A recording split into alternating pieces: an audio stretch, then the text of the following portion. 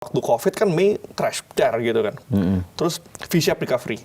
After V-shape recovery, bulan Oktober sampai bulan, ya setahun ke depan lah, Oktober 2020 sampai Oktober 2021 kita sama-sama tahu, cari duit di market tuh gampang banget. Ya, betul. Karena crash, lalu bank sentral harus nyelamatin, potong suku bunga, cetak duit, likuiditas jadi melimpah. Nah, ketika momentumnya lagi kenceng, bikin duit di saham tuh gampang. Apa menurut Mas David faktor yang paling menentukan kesuksesan dalam investasi saham ini? Faktor momentum, Pak. Momentum. Jadi saya ngeliat investasi saham tuh tergantung sama anginnya ya. Kayak misalkan 2020 waktu COVID kan Mei crash, dar gitu kan. Terus V-shape recovery. After V-shape recovery, bulan Oktober sampai bulan, ya setahun ke depan lah, Oktober 2020 sampai Oktober 2021 kita sama-sama tahu, cari duit di market tuh gampang banget.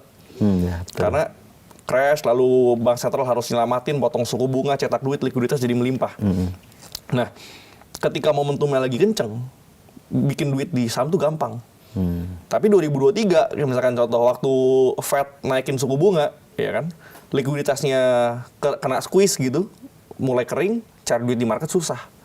Jadi kita harus tahu cycle-nya. Kapan cycle-nya kita bisa agresif, anginnya lagi bagus, kita bisa bikin duit. Kapan cycle-nya kita harus defensif. Pas cycle-nya lagi bagus, kita harus agresif. Harus concentrated investment-nya.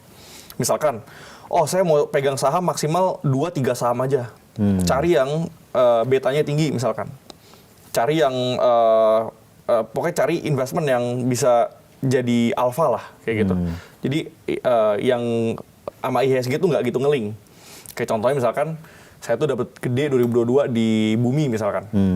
Terus saya dapat 2024 di Brand, di Cuan, PTRO. Jadi beli saham yang korelasi ke indeksnya tuh kecil. Itu maksudnya kalau indeksnya cuma naik segini, sahamnya bisa naik lebih banyak lagi gitu kan? Betul. Atau misalkan, kayak misalkan kalau sekarang kan fund asing itu 60% pegangnya banking misalkan.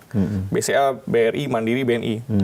Kalau misalkan asingnya lagi buang, terus kita pegangnya barang-barang itu, udah pasti dibuangin sama asing, jadi sahamnya susah naik. Karena tiap saham yang naik, asing outflow. Tiap saham naik, asing outflow. Jadi kita harus pilih saham-saham yang didominasi sama domestik, terus ada kepentingan ownernya. Misalkan ada corporate action, terus misalkan mereka mau masuk indeks MSCI FTSE. Nah, story-story yang kayak gini yang kita manfaatin untuk kita beli sahamnya.